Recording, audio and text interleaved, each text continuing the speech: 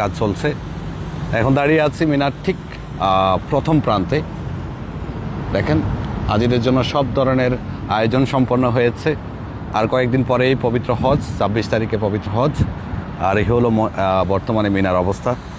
দেখতে পাচ্ছেন একদম টোটালি প্রস্তুত। মিনার খেমাগুলো প্রস্তুত করা হয়েছে। আর এইদিকে দেখেন মিনার খেমাগুলো একদম টোটালি প্রস্তুত হয়ে গেছে। এগুলো মূলত হাজিদের জন্য। এখানে 1 2 3 4 এইভাবে লাইন টু লাইন।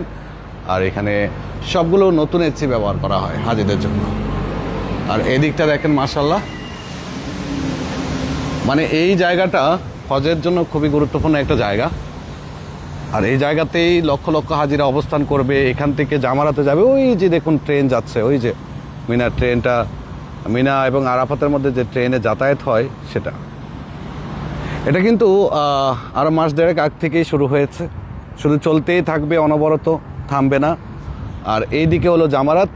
এখানে যাদের মূলত এই জায়গাটা, এটা হলো 6 নাম্বার মেবি, এই 6 নাম্বার মিনাতে যারা থাকে তাদের এখান থেকে জামারাতে যেতে কিন্তু দীর্ঘ একটা সময় লাগে। এখানে লক্ষ লক্ষ মানুষ অবস্থান করে, তখন মানুষের সাথে ধাক্কাধাক্কি তো আছেই।